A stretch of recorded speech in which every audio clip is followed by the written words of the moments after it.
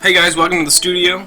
Today we're going to be making my signature in Perler beads. It's going to be kind of a wall decoration, and this is really just a practice for what I want to hopefully be a very large project of Perler beads. Haven't quite figured it out yet, but I'm hopeful for the future. So we'll see how that goes. But this is really just a test to see how scaling up the Perler beads works out, and if it's something I want to continue pursuing.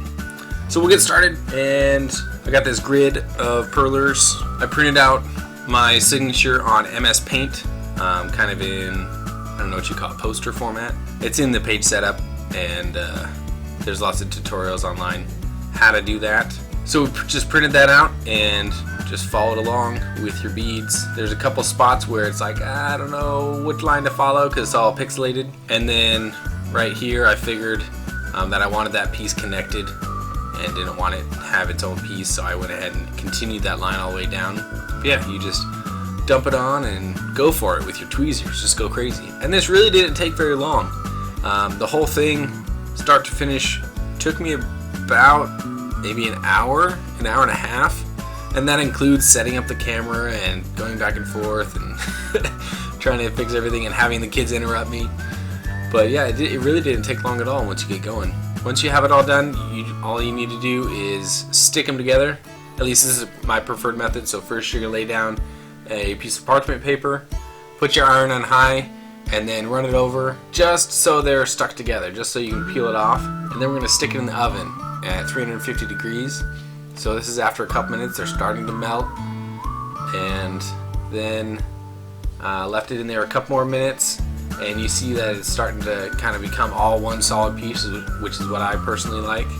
So you just leave it in the oven at 350 for like 6 to 10 minutes. You kind of just keep an eye on it, don't want to melt it too much. And then after you take it out, you just got to make sure it doesn't warp too bad, because it's pretty melty. So then all we got to do is do that same thing with the other half of my signature.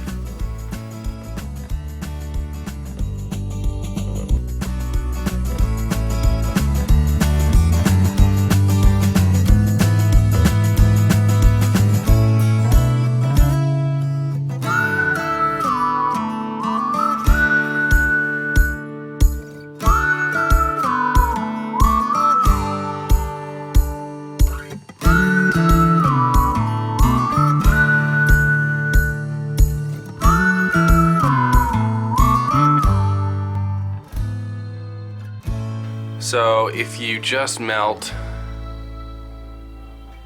one side with an iron all the way, you still get some little holes in it, and then you can flip it over to the other side.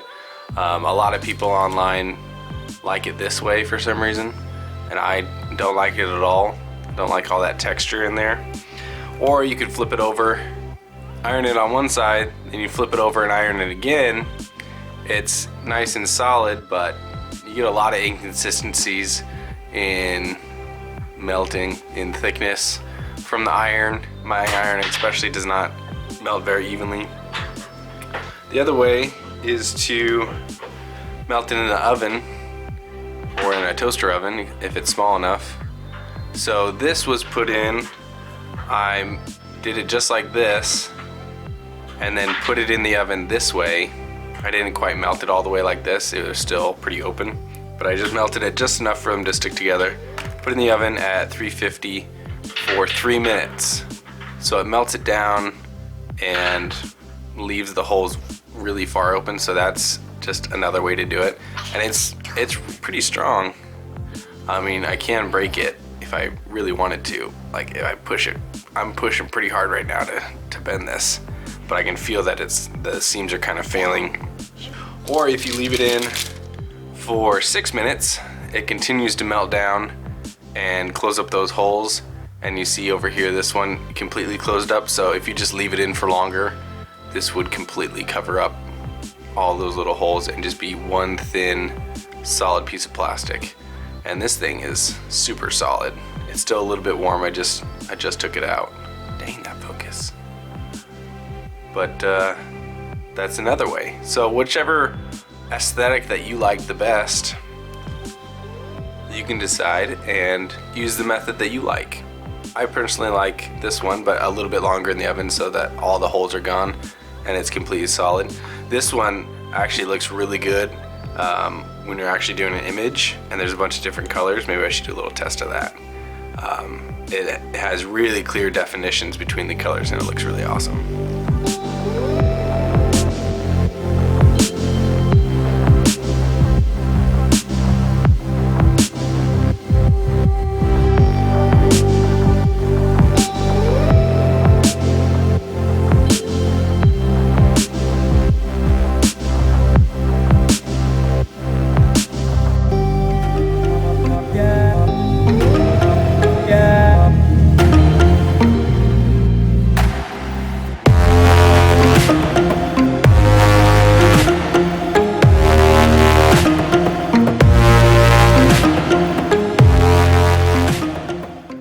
Guys, thanks so much for watching this wonderful video.